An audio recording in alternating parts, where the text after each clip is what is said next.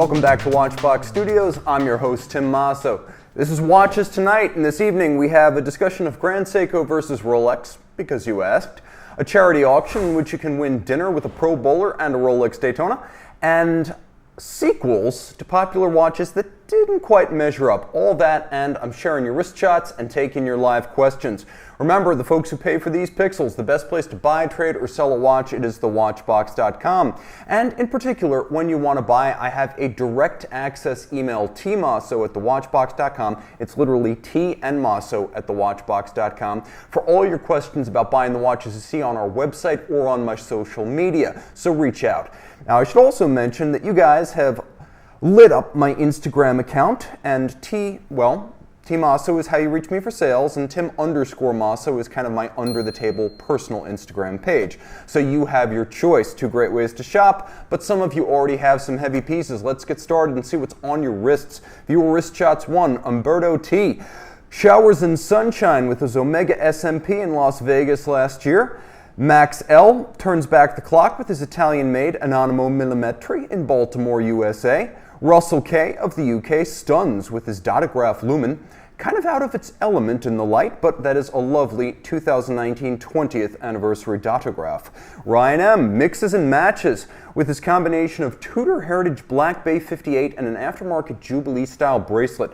Okay guys, since we're all here now, we've had a chance to congregate, I want you to hear this. We have a charity auction that we're running. It's called the All-In Challenge, and link in the description. You can bid on a Rolex Daytona. It is the latest ceramic bezel, black dial, stainless steel 116500 LN, but you win more than the watch. You get a game day experience with the Kansas City Chiefs, and after the game, you will get a full all-inclusive tour of the facilities with Kansas City Chiefs Super Bowl champion Pro Bowler and defensive tackle Mitchell Schwartz. Not only is he an exquisite watch collector with incredible taste and some unusual pieces, you will get to see them all as he will cook you a dinner following the facilities tour and the game. Again, link in the description. You got to act on this. This isn't our usual giveaway. You do have to bid, but it will be worth your while. You'll walk away with a great watch and incredible memories, and of course 100% of the proceeds will go to feeding the hungry. We have a number of charities: Feeding America, Meals on Wheels, World Central Kitchen, and No Kid Hungry, and that is where your money goes. The watch and the memories are yours. Jumping into the box right here, let's take a quick look. Eddie Landsberg jumping in. We've got Blue Shirt Buddha, BNS, nice hair, Tim. Thank you, I'm glad you noticed. My mom said so as well. We've got Abdul R joining from the Black Forest of Germany. Kay Kyle from Amsterdam. We've got Eric Nielsen. Eric, your watch is in the show. Turkischer Meister out of Turkey. We got Williams Watches. Hello, Tim. Hello, Williams. And then we've got Nestor GB. We've got Kobe. We've got Edward Ledden of Sweden. Joe Tyson. Joey Ben. Joshua Polanski, good friend and former collector conversation. We've got Gene H. We've got the 95th Phantom, Brick Lane. Robert Dixon of Scotland. Abu Sadiq. 121 Click. And we've got Brian S. joining in. Okay, guys, let's talk a little bit about our regularly scheduled program because we've gotten into a bit of a tangent. Charlie V, one of our own, asks, Tim, do you prefer Grand Seiko or Rolex? Great question. First, let's consider this from a variety standpoint. You can have all sorts of styles with Rolex. You can get yourself a Rolex Submariner. You can get yourself a Rolex Sea Dweller. You can get yourself a Rolex Deep Sea, maybe a Daytona, or even a GMT. Quick, which one's which? I think you see where I'm going with this. There are maybe 2 or 3 fundamental movement architectures at play in the Rolex men's watch collections. I kid a little bit, and I'm definitely ribbing a company that's way too big and too powerful to kid, but I do like a couple of Rolex models, and I've expressed as much on the channel, so I should be in the good and in the clear. But you see my point all the same here. Now with Grand Seiko, let's take a quick look. You can have an 8-day spring drive, built at the Micro Artist Studio no less, and exquisitely executed inside and out. You could have the Skyflake, a light-hearted take on a Grand Seiko classic, the SPGA 231 spring drive diver in titanium, the SPG V 9F caliber, thermocompensated, good as it gets, ultra accurate, we're talking seconds a year, and of course that is the SBGV 247 right there with a lovely polyhedron angular case. You could get the SBGZ 001.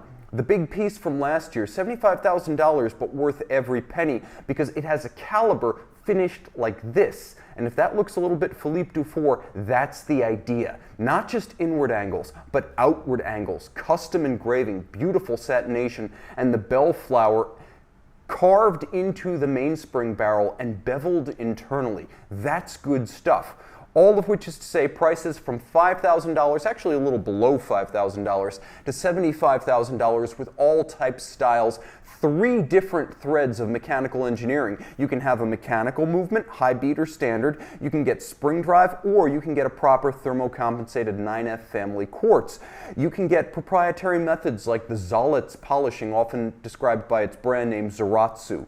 You can get engraving by hand, as we saw in the SBGZ a second, or you can get fun dial engraving and dial lacquering, the likes of which you don't see even on the lacquered dial Rolex models. Yes, they might be black, they might be white, they might be lacquered, but they're not lacquered like some of these beautiful floral colored, seasonally inspired or locally inspired Grand Seiko dial styles that come up almost every year. You can get titanium, you can get gold, you can get platinum, you can get ceramic. All of this, and there are no dogmas at Grand Seiko about being humorous, poking fun at themselves, offering highly localized design themes, like from 3 years ago, the Onbashira Tree Festival special edition dial. And they offer limited customization at the top end, so you can actually get a little bit of customization on some of their micro artist models. I even hear stories confirmed about brand presidents and regional VPs hand-delivering watches, and not just the big pieces. Again, this is confirmed, and this kind of personal, I guess, olive branch to the collector is something you don't necessarily get from a giant brand. Also, check out Mark Cho of The Armory. He wrote an article on watches by SJX. Mark Cho wrote about taking delivery of his SBGZ 001 at the Micro Artist Studio. From Grand Seiko to him, he met everyone who was involved in the design, the engineering, and the fabrication, and that's something you just can't get at Rolex. You're not going to meet the man or the woman who designed and built your watch. At Rolex, there's only one name, and it starts with an R. There will never be any of the names, and there will certainly be no faces other than the dial of the watch you buy. So Grand Seiko giving you more variety, yes, and a different brand character, but also a more personal touch, especially at the top end, because I can tell you, that's a $75,000 watch, true, but when you buy the $75,000 Platinum Daytona, you don't get that kind of consideration. Nothing wrong with the watch, great brand. I love the Platinum Daytona, but if you want something you'll remember until the day you die, Grand Seiko. Now jumping into the box right here, we have Brick Lane saying, I heard there will be a Platinum Pepsi Jubilee. Hey, anything's possible, but damned if I know what Rolex is going to do or even when Rolex is going to do it. Everything's pretty much up in the air at this point. And right here we've got Ariadicha saying, Tim, nice hair.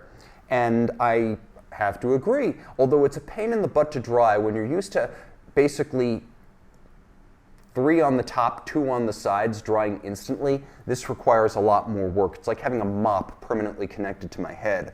And I can see right here, Joshua Polanski is saying the Iwate dial is like nothing Rolex will ever do. That's a good point. If you can think of the scatter dial, I think it's called like the Iwateyama dial or something along those lines. It's literally the top of Mount Iwate with the snow scattering across and the morning light reflected. That kind of regionally inspired artisanal dial is not something Rolex will do. You're never going to buy a Rolex watch where you roll your wrist to take a look and you see the Swiss Alps in the distance. Yeah, you can see it from Rolex's office, but damned if it's ever going to be on a watch.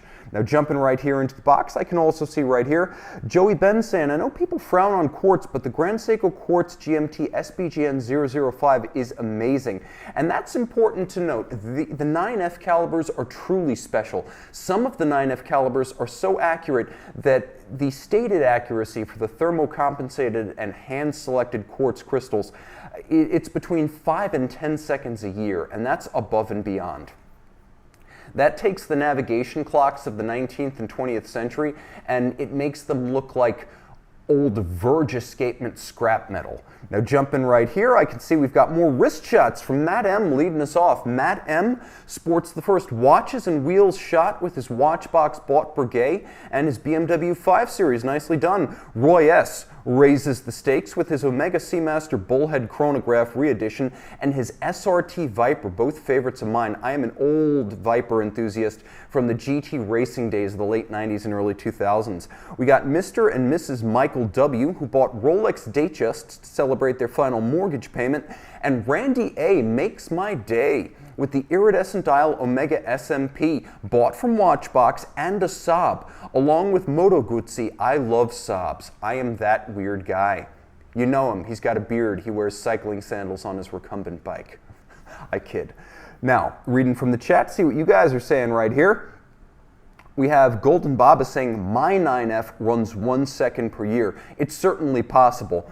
And then we've got Nestor GB saying, titanium Sea Dweller, make the Sea Dweller the tool that we need. The problem is that it seems in the Rolex Tudor empire, Tudor has the monopoly on titanium. Other than the case back of the deep sea, that's the only way you're going to get a titanium Rolex. And then we've got Burning Mr. B saying, hi Tim from Holland. And I say thank you for staying up late in continental Europe to watch the show. Brendan Morin jumping in, and we've got Anders E from Norway. Again, thanks for staying up late with me. Jumping back into our regularly scheduled program, our main topic tonight, sequels that did not measure up to the original. You don't need to see anything more than the title of the movie to know exactly what I mean. Now, notice that I didn't savage Star Wars. That would have been too easy. It happens with cars too, and we know them well. Unfortunate, although I will say this, Chris Bangle is misunderstood, and I will defend him. Nevertheless, that was a shock back in 2002. So, fast forward 10 years, and possibly the archetypical redesign that didn't go over well, at least initially, the Lange und Söhne Datograph Up-Down of 2012. A bigger watch, now 41 millimeters compared to the 39 millimeter original. It arrived with a new complication, a dial side power reserve, hence the nomenclature up and down. That's how Germans do power reserves. You got more precious metal for your money, so substantively you got a lot more along with the complication, and along with the power reserve indicator came a longer power reserve, increased from 36 hours to 60. Despite all of these upgrades, and objectively it was a more comprehensively engineered watch, the market has spoken, and collectors do prefer the original 1999 datograph, which was smaller at 39 millimeters, shorter legged with a 36-hour power reserve, offered no power reserve complication, but it was a landmark for the industry. It was the watch that put Lange not just on the map in Germany, but on the radar of global watch collectors. That was the moment Lange became the German Patek Philippe. What do I think of the Up-Down? It's a great watch, and on a bigger wrist, it's probably the right choice. But most agree that the original was the best. Breguet Marine, 2018. The flagship sports watch collection, full-line redesign, was supposed to put Breguet on par with AP, Vacheron, and Patek in the ultra-luxe full-bracelet sports watch segment.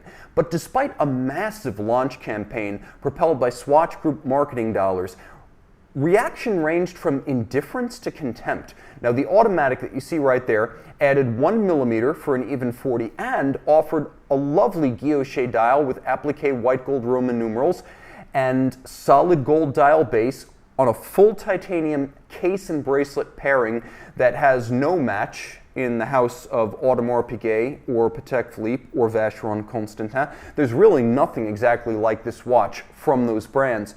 All the same, the movement inexplicably offered 10 hours of power reserve less than the previous model. Between the compromised anodyne, some might even say anonymous style, the reduced power reserve, and the fact that the original was well loved, this is a timepiece that created a lot of objections. True, there were other models, alarms, chronographs, all good pieces, substantively well-made, well-engineered. But that's the Breguet Marine that people still want. And we realize that because that's the Marine that people still look to buy.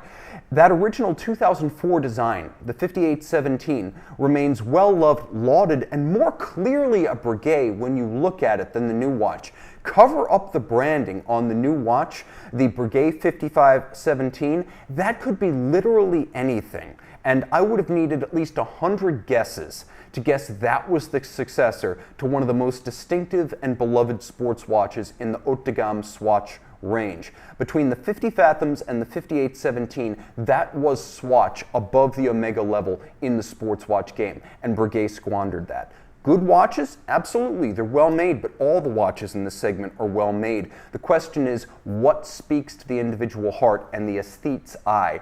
The addition of titanium was a nice touch, but the refinement came at the expense of style, identity, and relevance. Now, let's take a quick look at what you guys are saying right here. Brick Lane, Breguet needs way more marketing like Blancpain. I gotta admit, I can't remember the last time I saw an ad for either one. Right here, K. Kyle saying, personally, I like the 1815 Chrono Boutique Edition the best, and I'm assuming this means even compared to the Datograph. The pulsometer gives it extra touch that makes me love it, and I have to agree with you right there. If it's not going to be the first generation 1815 Chrono, for me it's probably going to be the Boutique Edition. And then right here, we have Burning Mr. B saying, I concur, and also, why did they need to go bigger? Good point. No one was crying out for a 40mm watch. Considering everyone loves the 39mm Royal Oak, I don't understand why Breguet made its watch larger. And then right here, Kevin S. saying, that Breguet Marine looks like the Ingenieur redo. Not good, and I assume you mean that to mean neither one was very good, and I gotta agree with you. IWC had a Gerald Genta integrated bracelet design in the catalog, and from 2016 it phased it out in favor of a watch modeled after the 1950s Ingenieur that no one remembers. Inexplicable? True. And it's not a good thing, Breguet, when people compare your best watch to that. And then right here, we have one more comment in favor of Grand Seiko, my first watch, saying the 9F is amazing in terms of accuracy, and specifically I love that the second hand always hits the marker. That annoys me in normal quartz, but the Explorer 2 seems to be a better option. Not sure yet. Well, the Explorer 2 features in my sequels theme, so stay tuned. Audemars Piguet, how could we ignore 2012 and the launch of the Royal Oak 15400? The 2005 to 2011 AP Royal Oak 15300 was a high watermark for AP product planning, and it's particularly notable that AP launched this 39mm model in the mid-2000s when bigger was better and everything was getting borderline huge. Now the new model preserved Genta, and I'm talking about the 15300 here back in 2005, it preserved Gerald Genta's original 39mm jumbo case size, but it added a screw-down crown for swimming, a new manufacturer caliber 3120 with 20 extra hours of power reserve and 60 in total, hacking seconds and a quick set date, a more durable bracelet and clasp, and a choice of 3 dial colors. It had every advantage over the jumbo for everyday use, but the 15300 was retired after 2011 in favor of the mechanically identical but 41mm Audemars Piguet 15400, and for a lot of folks this felt more like an offshore than a standard Royal Oak. I know when I put that watch on my wrist it feels like a 43 or even a 44. It's a big thing and it's broad and it barely fits me. All of which is to say that to this day, customers swarm when we post a 15300 of any dial color on our social media or our website. People line up to buy them. The 15400, in contrast, is prone to sit for a little while in inventory, especially the silver dials. Let's see what you guys are wearing. Viewer wrist shots number 3 tonight. Owen knocks my socks off with a late build Zinn 140A limited edition aerospace chronograph. It was built only in the last 2 years. Even though the model was originally launched in 2014, they still had some unallocated serial numbers to build out the originally intended, I think it was 500 pieces. So he wound up with the jackpot, a new build limited edition and one of the iconic Zinn model lines. Quentin B reports for dive duty with his Armand Nicolet JS9 diver from Watchbox. Thank you for trusting our company. Eric N wins the Prettiest Shot Award with his immaculately composed Omega Globemaster. Note the loom. John A goes above and beyond with his Kudoka 1 from current AHCI candidate Stefan Kudoka. Remember guys, mondaymailbag@thewatchbox.com is the address for sending your wrist shots to me so you can see your analog on my digital. Let's take a look at what you guys are saying in the chat. Joshua Polanski, thoughts on the Laurent Ferrier Grand Sport? I think if they made it in 40mm with no tourbillon, they could take over the luxury sport model. I believe he means segment, the segment. Absolutely. I think a lot of people are calling for that. Now that we've seen the bracelet, and the bracelet, Longa Odysseus, looks great. The Grand Sport's integration is well done. And truth be told, I don't know how much volume is left in that segment, although Laurent Ferrier only probably needs to sell 50 to 100 a year for it to be a big success by the standards of their model line. I think by the standards of their model line volumes, they're not selling more than a few hundred of anything. The double spiral tourbillon, the annual calendar, the montre école, certainly the minute repeater, they're only selling a handful, and the micro rotor, which is the backbone of the line, that's probably their volume model, and I can't imagine they sell more than 450 of those a year. So yeah, I agree with you. Without the tourbillon, with the micro rotor movement from the standard Gallet, I think that the Grand Sport on a full bracelet would be a real competitive offering. Make it something you can get in titanium and steel, and people will absolutely line up to buy 50 of them a year. I don't think it would take over the segment, but I do think it would make a difference for Laurent Ferrier, which has had, I think, 3 CEOs now and probably needs a hit. Now jumping back into the box, we'll also see Mike F saying, so happy to catch a live show. What's up, gang? What's up, Mike? Thanks for joining in. I appreciate it. Good to see you here. JBO Surf of Adelaide, Australia saying 100% on the Ferrier. We got the Watch Lounge joining in. Vegas Milgauss, he of the White Dial, Rolex Milgauss. And then Alexi Samola shouting out to Edward. We've got Adam Crossfire. We've got Zin Master, man after my own heart. And of course we have Wisdom BOP saying he wants a JLC Reverso Duoface. You and me both. Then we have a question from Burning Mr. B. Tim, what's the best jump hour in the $5,000 to $10,000 price bracket? Well, right off the bat, you can buy a new Hobring, and you will have many options with the jump hour. With jump hour? Okay, I thought you meant deadbeat second. Okay, well, in that case, I've got another offer for you. I would say the best jump hour in the $5,000 to $10,000 price bracket is undeniably the Chrono Swiss Delphis.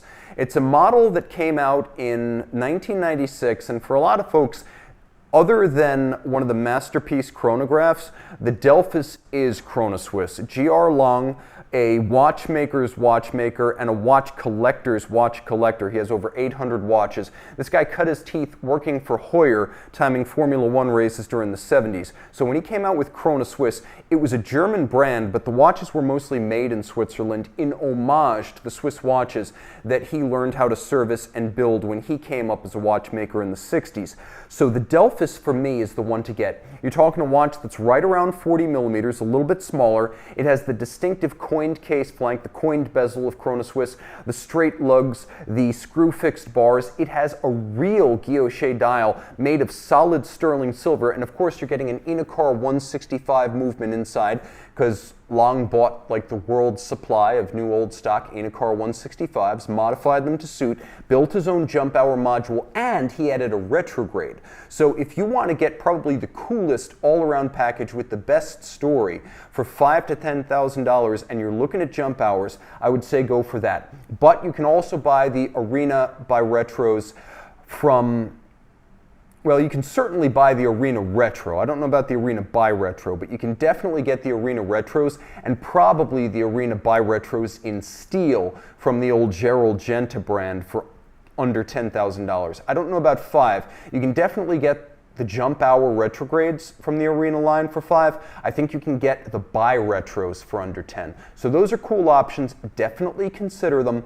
And remember that there's also, if you want something new with the warm fuzzy feeling of a warranty, there's also the Reservoir brand. They're made by Telos SA, designed by Reservoir. Remember, Telos built the Harry Winston Opus 14. So this is serious horological cred here. It's a French company. The Reservoir models to buy are probably the Longbridge timepieces that are about 39 millimeters. You get a power reserve, you get a retrograde, and you get a jump hour. And I would say go with the British Racing Green, which actually got a GPHG nod 2 years ago. So that's my long-winded answer to your very simple question. Okay, now back to our theme of sequels that didn't hit the mark. Rolex Explorer 2 216570, the 42mm Explorer of 2011. This is a watch, truth be told, that I like a lot, and I would buy it for myself, especially in its offbeat true gloss white polar dial iteration that you see right there. But the numbers don't lie, and the watch moves slowly compared to current Rolex models in stainless steel, and even used examples of the previous 40mm 16570, all of which is to say the 42 was not as successful as the 40. Now, the watch never captured the imagination the way the Daytona, the GMT, or the Submariner, or heck, for that matter, even the standard Explorer did. But that's our cue to seize the opportunity. Think about this as an opportunity if you're a buyer. This is a current production steel Rolex sports model from a long-running product line with real history dating back to 1971. There are a lot of great stories and a ton of great lore associated with the Explorer 2 line, and the current model is an awesome dual-time, 100-meter, full steel, all-the-time kind of watch that's flat enough with an aspect ratio that's a bit more handsome than the rotating bezel 40mm watches, which makes it well suited to dress watch duty on a bigger wrist. All of which is to say it's Exhibit A in my case against buying what everyone else wants. Now, speaking of what everyone wants, there's a reason we've now had 4 Panerai Bronzos. And the one that started to lose the plot was the Panerai Luminor Submersible 3 Days Bronzo PAM 507 of 2013. The 2011 PAM 382 Bronzo can lay claim to having been the watch design of the decade for the 2000s. Seriously, it was an event as much as a watch when it came out, shockwaves, and it spawned more imitators, rip-offs, than anything not stamped Rolex. It was truly a revelation. Now, the aftershocks of the first Bronzo continue to echo forcefully a decade later. Unfortunately, so do the Panerai sequels in the Bronzo line. It's become a line, like the 2013 PAM 582. In addition to diluting the first 1,000 Bronzos with another 1,000 Bronzos and thereby not keeping the faith with the original buyers, a lot of folks think that the power reserve dial of the 507 was lacking in elegance and certainly in symmetry compared to the cleanliness and the no-nonsense dive watch aesthetic of the original 382. They keep coming, PAM 671, and coming, PAM 968. None of this diminishes the original, which is one of the best Panerai watches of all time. And yes, I'm throwing in the real military era Panerais there. This was an all-timer, the PAM 382. But I still have to say, Panerai seems to feel no burden to protect its early adopters, supporters, and its most ardent Paneristi. Now, Vacheron. This is a watch everyone likes now. People didn't like it as much when it came out in 2016, but the Vacheron Constantin Overseas Chronograph Generation 3 in 2016, like most of the watches on this list, here's a model I like and would own proudly. I'd prefer the brown dial, but all the same. That doesn't mean we can excuse the obvious, to use the European term, own goal, or, to use my terminology, self-inflicted design controversy. Recall, the second generation Overseas Chronograph, which came out in 2004, was the watch that put Vacheron on the map with AP and Patek as a true high horology sports watch option for the guy with a 5-figure sports watch budget. It was a truly impressive watch. And while yes, there was a double-digit date first generation Overseas Chronograph, it was a small watch and briefly offered from '99 to 2003. The watch you're looking at here was the Overseas Chronograph, and it was the Overseas Chronograph that built the second generation Overseas as a force in the segment. It was also a clear differentiator visually from otherwise similar watches made by Patek Philippe and Audemars Piguet. Plus, it gave an element of dial balance lacking with an off-center date. All of which is to say, losing the Grand Dot at 12 o'clock precipitated critical recoil similar to that inspired by the 2019 Longa Odysseus' awkward bracelet integration. And if we can go full screen there, you can see it better, but knowing this audience, you guys have already had an eyeful. You know exactly what I'm talking about. There's something remarkably jarring and dissonant about how that bracelet joins to the case. and the off-center date of the Vacheron Constantin Overseas Chronograph 3 had exactly the same effect to my eye. Initial sales were slow, but that actually had more to do with the state of the watch market, which was in a sort of mini recession back in 2016, and the initial shock that buyers felt, having been used to buying the Overseas Chronograph 2 thousands of dollars below retail, so we're talking maybe $17,000, $18,000, $19,000. Suddenly, Vacheron was holding the line, demanding almost $30,000 for the third generation chronograph, and that too was a bit of a shock for folks who were basically expecting a watch that cost $10,000 less in the real world. That said, they sell well now, both new and pre-owned, but I still can't help but feel that Vacheron was one extra date window removed from a perfect sports watch. Jumping into the box, we've got Monkey C Production joining in from the middle of the country in Chicago. We've got Watch and Roll joining from Houston, Texas, and right here we have Rooted Rotor saying, "Sorry Longa, fail," in response to the Odysseus bracelet integration. Do you like it better on the new strap as a white gold watch? That's a question I have for you. And then right here, Amit is asking, the original had a GP movement. No, the original Overseas chronometer had a GP movement. The original Overseas chronograph used the same Frederic Piguet 1185 that was in the second generation watch. And the second generation Overseas automatic, I believe, used a JLC automatic base and discarded the old finicky GP. You are absolutely correct. The GP 3000 series is not a rough and tumble sports watch movement, but it can be made to run very precise, and it was responsible for the very thin, ultra thin profile of the first generation Overseas automatics. And then right here I have Watches and Wonders, W&W, Overseas Chrono Gen 2 black or silver guilloche dial, like better than the new dial. And then right here we have a question from Kanan who is asking, Tim, why are you wearing Zinn? Because it's a simple, functional, and if I may say, unusual watch that also has integrity, real horological value, and a great history behind it. It's also my style. I'm kind of a stripped down, utilitarian, even Spartan person, and I think my infatuation with JLC probably conveyed the wrong things to you guys. I live a pretty spare life, and the Zinn is more me than the high horology. So, all the same, I do need to get back into collecting because a one-watch man just isn't compatible with my profession. And then right here we have another comment from Kanan saying, Tim, you need a haircut. Amen to that. We got one more watch on our sequels list, and that is one that we consider a bit of a house special here at Watchbox, the F. Pigeon Chronomètre Resonance 2010, also known as the Resonance 3. This model was a logical refinement of the twin movement concept, but the implementation left many collectors scrambling for the older examples. The first two CR models, with the brass movement and the rose gold movement, featured symmetrical 12-hour dials, and F. Pigeon's instinct was to make the resonance-coupled dual displays more practical for tracking disparate time zones, more like a GMT. The 24-hour dial and its scrolling discs on the Resonance 3 give the AM-PM distinction lacking in the original two versions of the watch. But to use my nickname for the Res 3, it does look like a winking watch with one eye permanently clenched. So F. Pigeon rarely miscalculates his aesthetics, especially with the dials, which he considers to be the first part of the watch he designs.